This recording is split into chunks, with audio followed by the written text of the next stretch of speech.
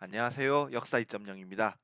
지난 시간 우리는 대한민국 정부 수립의 과정, 그리고 동시에 이루어진 남북 분단의 과정에 대해서 함께 공부해 보았습니다. 자, 결국 남과 북은 각각의 정부를 세우게 되고 우리는 분단의 시대를 맞이하게 되었습니다. 그리고 이 분단에 의해서 결국 전쟁이 발생하게 되는데요. 자, 남과 북 사이에 일어났던 전쟁, 6.25 전쟁 오늘부터 함께 공부해 보도록 하겠습니다. 6.25 전쟁의 발생 배경을 우선 얘기해 보려고 합니다. 일단 첫 번째, 전쟁의 배경 첫 번째, 남북 분단. 우리가 지난 30번 학습지에서 배웠던 남북 분단이 6.25 전쟁이 발생하게 된 가장 근본적인 원인이 되었지요. 그리고 남과 북 각각의 정부가 세워진 이후에 남북에 들어와 있던 미국군과 소련군이 각각 철수하게 됩니다. 미국군은 대부분의 군사들과 장비를 다 가지고 미국으로 철수하였지만 소련군은 군대를 철수하면서 좋은 장비들, 좋은 군사 장비들의 대부분을 북한에 남겨놓은 상태였죠. 그리고 소련군의 이 최신 장비들은 6.25 전쟁 발생 직후 북한군이 남한군에게 크게 전쟁을 유리하게 이끌어갈 수 있었던 원동력이 되었습니다. 6.25 전쟁 발생의 배경 세 번째, 전 세계적으로 냉전이 점점 심화되고 있었습니다. 지난 학습지 30번에서 이야기를 했었죠. 냉전 1945년 8월 15일 2차 세계대전이 끝난 직후 전 세계적으로 자유주의 국가와 사회주의 국가 간의 경쟁 체제, 우리는 이것을 냉전이라고 얘기했습니다. 전 세계적으로 냉전이 심화되었고 자유주의 국가였던 남한과 사회주의 국가였던 북한 사이의 대립 관계도 점점점 심화되고 있었습니다. 그리고 이런 대립 관계 속에서 군사적인 분단선이었던 군사분계선이었던 38도선 인근에서 남과 북 사이의 군사적인 충돌이 점점 잦아졌고 결정적으로 미국이 에치슨 선언이라고 하는 내용을 발표합니다. 미국의 국무장관이었던 에치슨은 1950년 1월 21일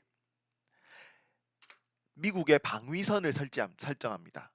미국이 설정했던 이 방위선을 에치슨 라인이라고 하는데요. 여러분이 지금 보고 있는 학습지 혹은 화면의 지도에도 그 모습이 나와 있습니다.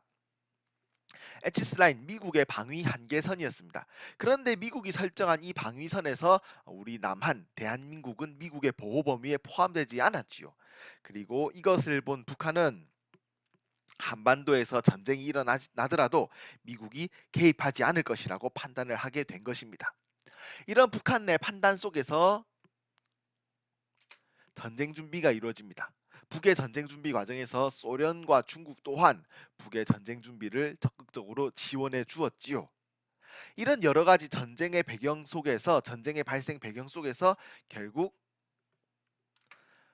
1950년 6월 25일 전쟁이 시작됩니다. 남과 북 사이에 진행되었던 이 전쟁을 우리는 6.25 전쟁 혹은 한국 전쟁이라고 부르게 되는 것이지요. 지금부터 6.25 전쟁의 전개 과정을 단계별로 하나씩 살펴보도록 하겠습니다. 우선 그 첫 번째 단계입니다. 1950년 6월 25일 북한군의 기습 남침으로 인해서 전쟁은 시작되었습니다. 6.25 전쟁의 발생이죠. 북의 기습 남침으로 인해서 남한군은 속수무책으로 후퇴하게 되었고 결국 3일 만인 1950년 6월 28일 우리의 수도였던 서울을 북한군에게 빼앗기게 됩니다. 당시 서울에 들어왔던 북한군 전차 사진입니다. 이후에도 한국 정부 남한군은 계속해서 남쪽으로 후퇴하게 됩니다. 그리고 전쟁이 발생하고 약 한 달 뒤인 1950년 7월 27일 유엔군이 파병됩니다. 미국 등 16개국으로 구성되었던 유엔군은 대한민국군을 도와서 북한군의 침략에 맞서 싸우기 시작한 것입니다. 하지만 전쟁이 발생한 직후 북한군의 기세를 꺾기에는 여전히 역부족이었고 남쪽으로 계속해서 국군과 유엔군은 후퇴하게 됩니다. 그리고 1950년 8월을 기준으로 대한민국 임시 수도 부산을 지키기 위한 낙동강 방어선이 형성되고 여기 낙동강 방어선에서 국군과 유엔군은 북한군의 침략을 막아내기 위한 마지막 최종 방어선을 형성하고 저항하고 있었습니다. 네. 낙동강 방어선 형성 모습입니다. 이렇게 불리한 상황 속에서 유엔군 사령관이었던 더글라스 맥아더는 인천 상륙 작전을 전개합니다. 서울의 바로 옆 항구 도시였던 인천에 국군과 유엔군을 상륙시켜서 북한군의 허리를 끊고 바로 우리의 수도였던 서울을 되찾기 위한 계획이었습니다. 1950년 9월 15일 진행되었던 인천 상륙 작전을 통해서 국군과 유엔군은 북한군에 대한 반격에 성공하고 9월 28일 서울을 되찾는 데 성공합니다. 기세를 올린 국군과 유엔군은 계속해서 이제부터 북한군에 대한 반격을 시작하고 낙동강 방어선에 모여있던 국군과 유엔군은 북쪽으로 밀고 올라가기 시작합니다. 그리고 북한군은 계속해서 후퇴를 거듭하게 되고 1950년 10월 1일 국군은 38도선을 돌파하고 북으로 올라가기 시작하였습니다. 1950년 10월 19일에는 평양, 북한의 수도였던 평양을 탈환하고 1950년 11월에는 북한과 중국의 국경선에 있는 강이었던 압록강 유역까지 진출하면서 우리는 북진 통일을 눈앞에 두고 있었습니다. 1950년 11월 압록강 유역까지 제대로 진출했던 북진했던 국군과 유엔군의 모습입니다.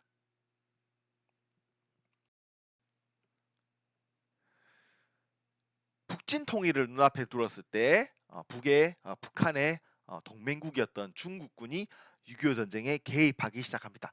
1950년 10월부터 중국군은 북한에 지원군을 보내기 시작하였고 결국 국군과 유엔군은 중국군의 반격 그리고 점점점 추워지는 날씨에 못 이겨서 그 세력이 약해지기 시작합니다.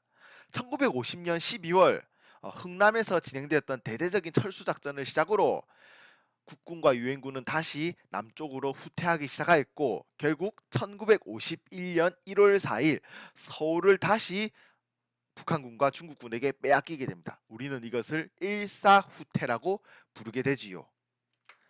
학습지에 있는 일사후퇴의 내용을 담은 지도입니다. 확인해 주기 바랍니다.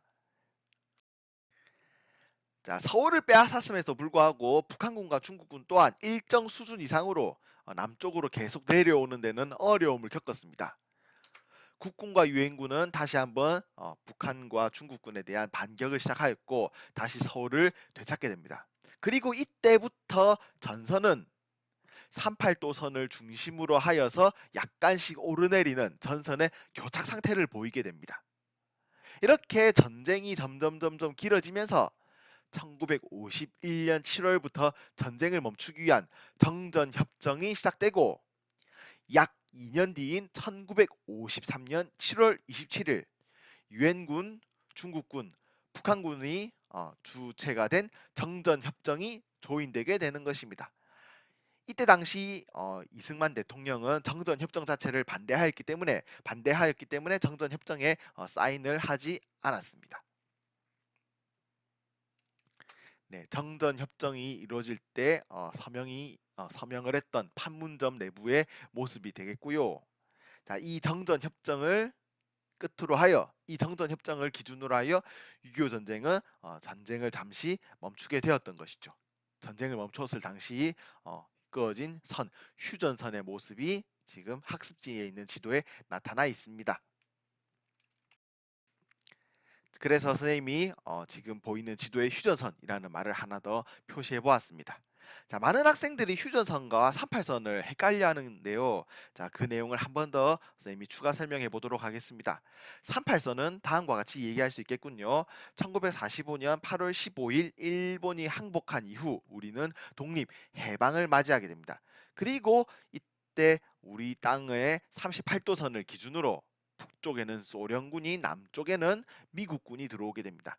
해방 직후 꾸어진 소련군과 미국군의 군사 분계선을 38도선이라고 하게 되고 그리고 이 38도선을 기준으로 북과 남의 각각의 정부가 들어섰지요.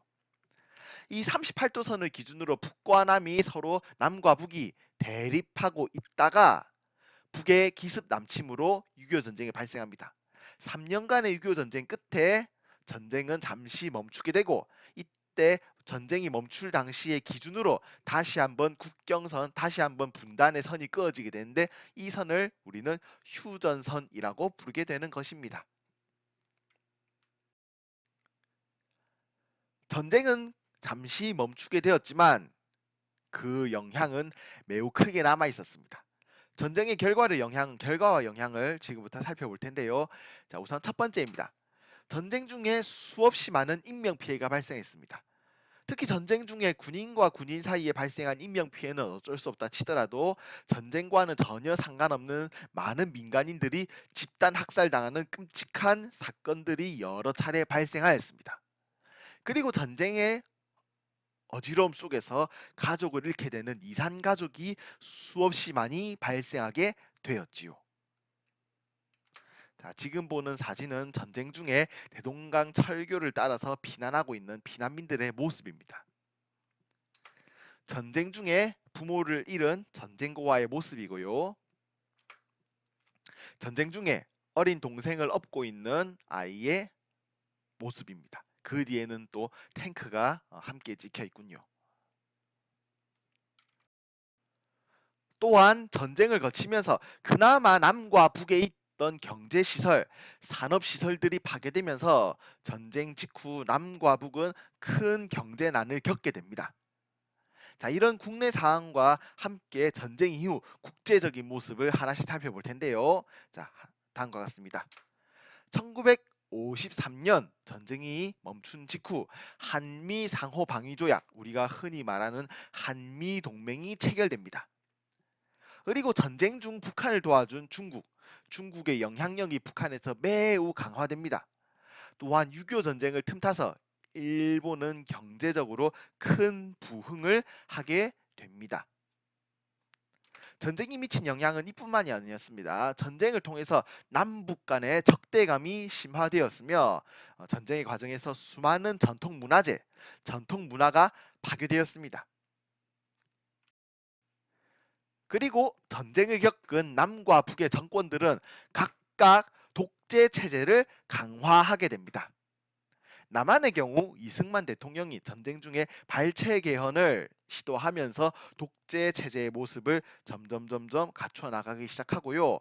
북한의 경우도 전쟁을 거치면서 김일성 유일의 중심 체제를 확립하고 반대파를 몰아내게 됩니다. 오늘 우리는 6.25 전쟁에 대해서 함께 알아보았습니다.